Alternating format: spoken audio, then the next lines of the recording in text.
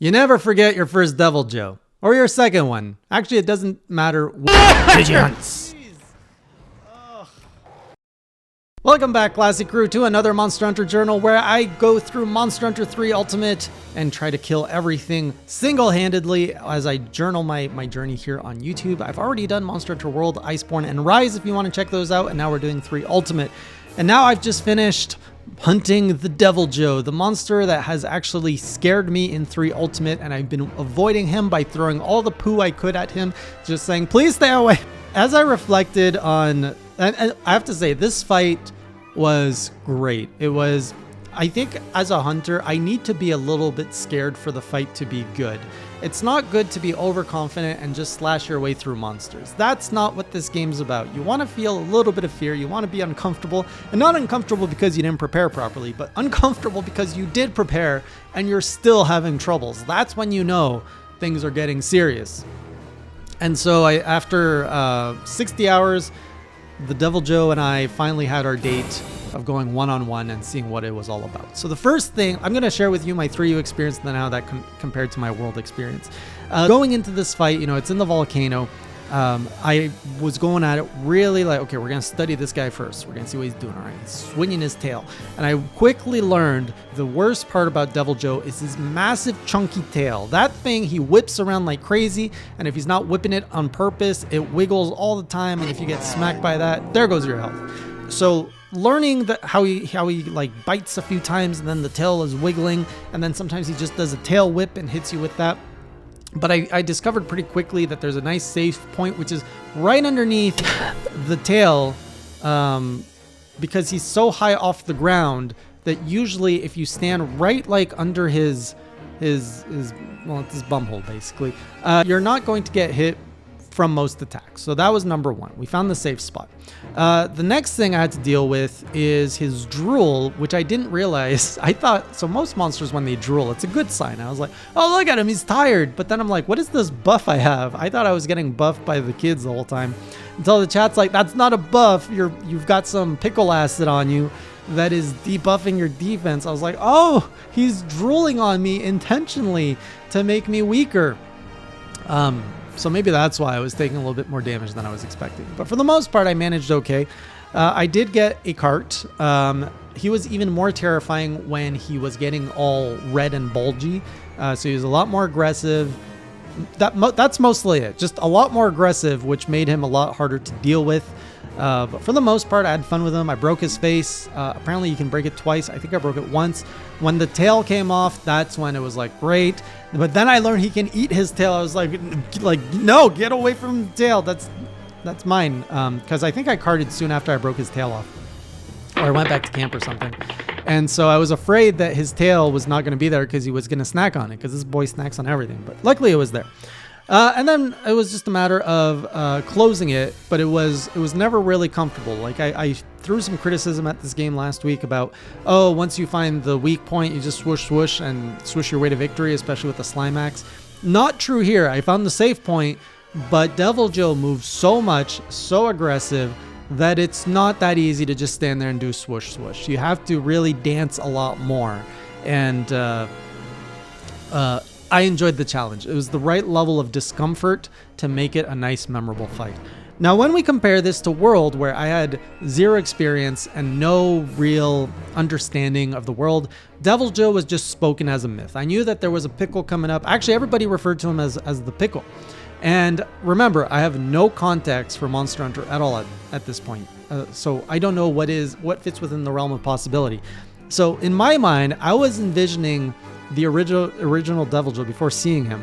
I thought he was going to be like a very small pickle that you think is like this small object that ends up being like this horrendous monster that chases you super fast and just destroys you. So as people were taunting me in World about, you're going to meet the pickle soon, I was so ready that like I would mistaken something in the environment to be a plant, and then that would end up being a monster, kind of like a cactuar size.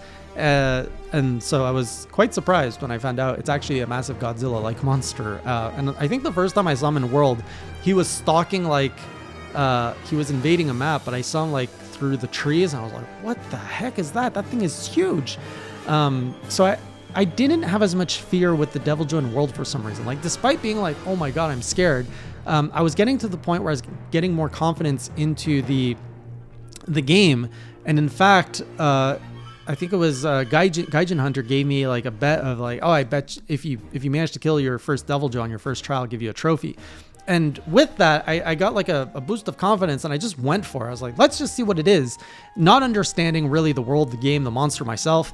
And I did pretty okay. And somehow, I don't know how I beat him, but I beat him a lot easier in World than in 3 Ultimate.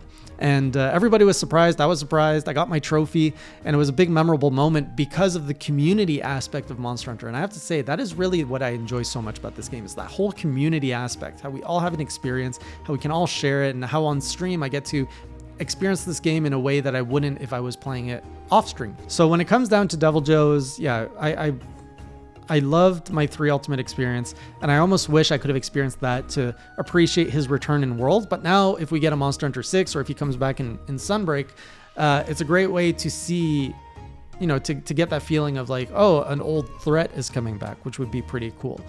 To be fair, I don't think I see DevilJho working in Sunbreak, simply because you as the hunter are too fast and maneuverable, and going up against like a massive DevilJho, which is like slow and powerful, I think it's just not a good matchup. You would be able to slice and dice this thing so easily, it just wouldn't be as terrifying. Otherwise, the rest of the stream was mostly a grind, so I am trying to unlock the Alatreon quest, but I have like 21 quest villages left to do. I think I have 1 left in low rank, and like 20 in high rank, so I have quite the grind to do.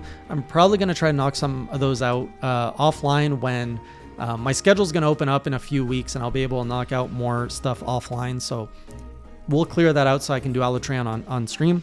The rest was grinding out the hub quests, so I was at 3-star or 4-star, one of the two, and so we did a lot of multiplayer, just grinding out key quests to get ahead. And in between every key quest, I was also fighting a Brachydios trying to get the gem. No gems, and most of the hunting party didn't get any gems. So I think we must have hunted like several Brachydios that night. No gems. I've hunted close to 20, somewhere between 12 and 20 Brachydios like in my playthrough. Still no gems. So can't upgrade my switch axe until that gem drops. So the grind continues, unfortunately. Another very concerning thing with my my journey here is my Wii U froze 3 times on the last stream, which it has never done so far. So I don't know if it's a sign that my Wii U is coming to the end of its life or if it's going to die, but 3 times in 4 hours is extremely concerning, and I really hope that this Wii U holds on so that I can finish, because like we're almost there, and after this I don't know if I'm gonna need to play a Wii U or anything, but man, this Wii U needs to hold on. Now, to be fair, people, apparently I should be cleaning it. I haven't cleaned it in like 10 years, so I'll give it a clean, and hopefully it sticks together. Maybe it was just hot, because it was a warm day when I was playing it, but it doesn't make sense that I would overheat 3 times like that. So that's my biggest nemesis right now, the Wii U. Please stay alive. And then finally, after all that grinding, I've unlocked the emergency quest for a gold Cetus. Or a gold beard Cetus. I have no idea why they made a variant of this.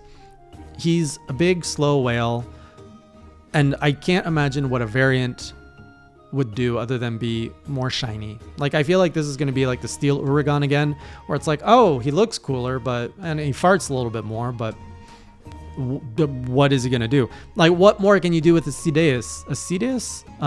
Is he gonna swim a little bit faster? Is he gonna have like 1 more move, which would be what?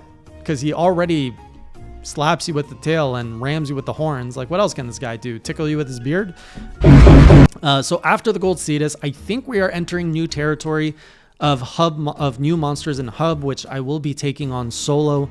So this week will probably be a little bit punishing, but looking forward to making some more progress on this pledge. We're going to be in single digits before you know it, and I have a deadline now because we have Sunbreak, which is coming out in a couple months, and I want to get this adventure wrapped up before Sunbreak. If I don't, it's okay. I mean, I'm okay to delay my Sunbreak adventure a few weeks, but for the world to come together nice, it'd be nice if 3 Ultimate Pledge was done before that drop date of Sunbreak. So I'll see you on stream or on the next video, and until next time, Classy Crew, keep it classy.